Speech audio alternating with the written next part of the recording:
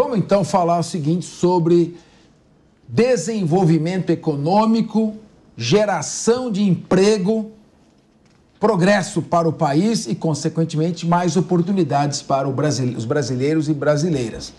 A Câmara dos Deputados aprovou a urgência do projeto que prorroga, quer dizer, ele não cria, já existe e ele está prorrogando a desoneração da folha de pagamento até 2027 para 17 setores da economia. A urgência do texto recebeu 390 votos a favor, o que indica que vai ser aprovado, e apenas 15 contra. Com a aprovação, o mérito da matéria deve ser analisado ainda hoje, o que ocorrerá, no plenário da Casa.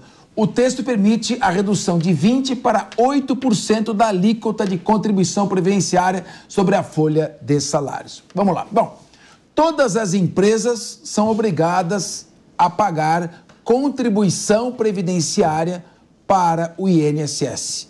Então, elas são obrigadas ao pagamento para o INSS. Tem que recolher a contribuição para o INSS. Essa contribuição sempre foi de 20% sobre a folha salarial. É uma paulada. 20% sobre a folha salarial faz com que as empresas queiram reduzir o número de empregados para ter uma folha salarial menor. Então, embora seja vantajoso para aqueles que ficam, é muito ruim para aqueles que são demitidos, porque a empresa não aguenta manter tanta gente trabalhando.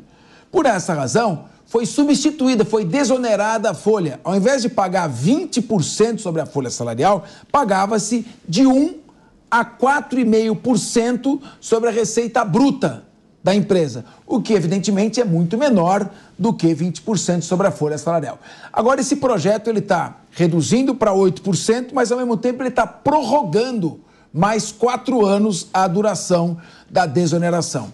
Eu vou começar com o Cristiano Vilela. Cristiano, você acha importante discutir a questão da desoneração e aumentar a competitividade das nossas empresas? Vamos lembrar que os Estados Unidos da América, nos últimos 30 anos, sofreu um processo de desindustrialização violento. Empresas estão fechando em Michigan, ali em Detroit, as empresas de automóvel, as empresas de tecnologia continuam crescendo, as indústrias de base estão todas quebrando e os Estados Unidos optou, em razão de uma folha salarial muito carregada, em importar produtos de trabalho escravo do sudeste da Ásia. Então eu pergunto para você, você acha certo? Como é que fica essa discussão? Olha, Capês, eu vejo que a desoneração da folha, ela é uma medida importante que pode ser utilizada e deve ser utilizada como uma estratégia para fazer com que o poder público ele possa fomentar, ele possa, de alguma forma, estimular a atividade produtiva, que ele possa estimular a geração de empregos. Então, eu vejo isso de uma forma bem-vinda, desde que isso não seja feito de veneta, desde que isso seja feito de uma forma planejada, onde o governo tenha a leitura do impacto que aquilo efetivamente vai dar, que o impacto que a desoneração de determinados setores efetivamente vai dar para esse estímulo econômico ou para a geração de empregos. Abrir mão de receita de uma forma aleatória ou de uma forma populista, isso não dá. O que falta no país é planejamento. Agora, um ponto que me chama a atenção, e hoje eu refleti muito sobre isso de manhã, nós temos esse ponto agora que está sendo colocado da desoneração, da manutenção de desoneração. Nós temos um outro ponto que hoje é pauta dos principais jornais e foi pauta aqui também na nossa discussão, que é o aumento de ministérios. E nós temos, por outro lado, o ministro da Fazenda garantindo que vai zerar o déficit do governo federal em 2024. Eu fico pensando, ora, o governo está em déficit, o governo vai aumentar ainda mais o seu custo. Como é que o governo vai conseguir zerar isso em 2024? De duas, uma. Ou é mentira, ou o governo não vai zerar o déficit, ou vem imposto no pessoal, vem imposto na população e todos nós, trabalhadores, cidadãos, é que vão marcar com isso. Querido Ricardo Rosso, o que você acha? Competitividade ou com menos direitos para o trabalhador? Como é que pode equilibrar isso aqui? Será que se o governo também aliviar a carga tributária, gastando menos, ele não precisa punir o trabalhador com a desoneração da folha? Olha, primeiro é importante que eu acho que, conforme o Cristiano falou, que era importante a gente ter um estudo sobre entender quais foram de fato esses impactos. Concordo com a necessidade da desoneração da folha, ainda mais nesse momento que nós estamos, porém são para 17 setores da economia. Qual é o impacto disso na geração de emprego, na retenção de emprego, desses setores? Para a gente saber se a gente precisava mudar de setor ou não mudar de setor. Isso é um ponto. Outro ponto é que o governo precisa fazer o seu dever de casa. O governo não está fazendo.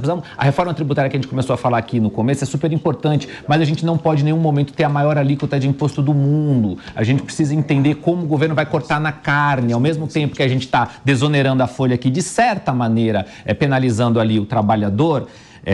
A gente também está aumentando o gasto público, com emenda, com mais ministérios. Então é um contrassenso do governo. O governo era meio perdido, meio sem rumo. O Brasil não tem um plano de Estado. Nós não olhamos o Brasil para onde nós queremos levar essa nação. Então a gente vai fazendo um picadinho aqui. Na verdade, essa desoneração já existia. A gente só está aumentando ela por mais 4 anos. Daqui 4 anos é empurrar o problema com a barriga. Daqui 4 anos a gente olha, vamos ver se sim, se não, se volta, se não volta. Enfim, é um samba maluco total. Elaine Keller, o que o projeto, na verdade, diz é o seguinte, então, ele vai prorrogar até 2027 a desoneração da folha para as empresas e elas, ao invés de pagar de contribuição para o INSS 20% sobre tudo que elas faturarem, melhor dizendo, 20% sobre a folha salarial, vão pagar só de 1 a 4,5% sobre o seu faturamento. Então, não paga 20% calculado sobre a folha salarial completa. Paga de 1 a 4,5% sobre o seu faturamento. Agora, além disso, com relação aos municípios, está reduzindo a alíquota de contribuição do município de 20% para 8%. Para as empresas, mantém até 2027 de 1 a 4,5% sobre a receita do faturamento. Para os municípios com população abaixo de 142 mil habitantes, reduz de 20% para 8%. De certa forma, aí vai ser um subsídio aí que vai carregar ainda mais as contas, hein?